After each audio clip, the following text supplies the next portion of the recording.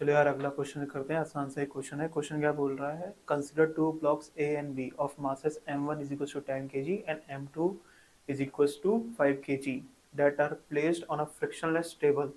The block A moves with a constant speed v is equals to 3 meter per second towards a block B kept at rest. A spring with a spring constant k is equals to 3000 Newton per meter is attached with a block B as shown in the figure after the collision. Suppose that, अब इसने assumption ले लिया है, ठीक है, ऐसा होगा नहीं था, इन्होंने assumption ले लिया है. Suppose that the block A and B along with the spring in a constant compression state move together, then the compression in the spring is.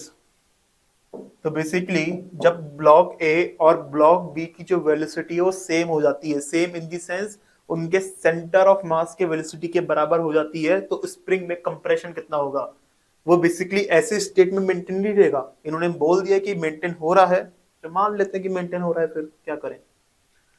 तो तुम देखो, जैसे ये स्प्रिंग के साथ कोलाइड करेगा ना, तो इसकी जो वेलोसिटी है ना वो एकदम से चेंज नहीं होगी. क्यों नहीं होगी? क्योंकि जो स्प्रिंग फोर्स होगा ना वो नॉन इंपल्सिव होगा नेचर में, ठीक है. तो अब तुम देखो यहाँ पर जो velocity of centre of mass है वो किसके बराबर होगा, 10 इंटू वी. वी का वैल्यू कितना दे रखा है, 3 दे रखा है, प्लस 5 इंटू 0 अपॉन 10 प्लस 5 जो कि हो जाएगा 15, तो हो जाएगा 2 मीटर पर सेकेंड. ये अपना velocity of centre of mass होगा.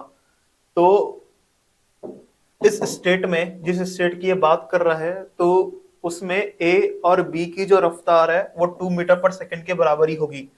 तो यहाँ पर अपन एनर्जी कंजर्वेशन यूज कर सकते हैं. तो इनिशियल एनर्जी कितनी है, हाफ इंटू 10 इंटू 3 का square is equals to, final energy क्या लिखूंगा मैं, तो एक तो काइनेटिक एनर्जी लिख देता हूँ, हाफ इंटू 10 प्लस 5 इंटू 2 का स्क्वायर, तो ये तो काइनेटिक एनर्जी सिस्टम हो गया, प्लस हाफ के एक्स स्क्वायर, ये क्या हो जाएगा, पोटेंशियल एनर्जी हो जाएगा. इनिशियल स्टेट में तो कोई पोटेंशियल एनर्जी है ही नहीं. ये हो गया 5, तो 5 इंटू 9 कितना हो गया 45. ये कितना हो जाएगा बेसिकली, ये 2 इंटू 15, ये कितना हो जाएगा बेसिकली अपना 30 प्लस हाफ के एक्स स्क्वायर. तो यहां से तुम देखो हाफ के एक्स स्क्वायर की जो वैल्यू आ रही है वो 15 आ रही है. के की वैल्यू कितनी होना, 3000, 3000 बटे 2 कितना हो गया 1500. तो 1500 into X square is equal to 15, तो X square is equal to 1/100, तो एक्स इज इक्वल टू कितना आ रहा है 1/10 मीटर.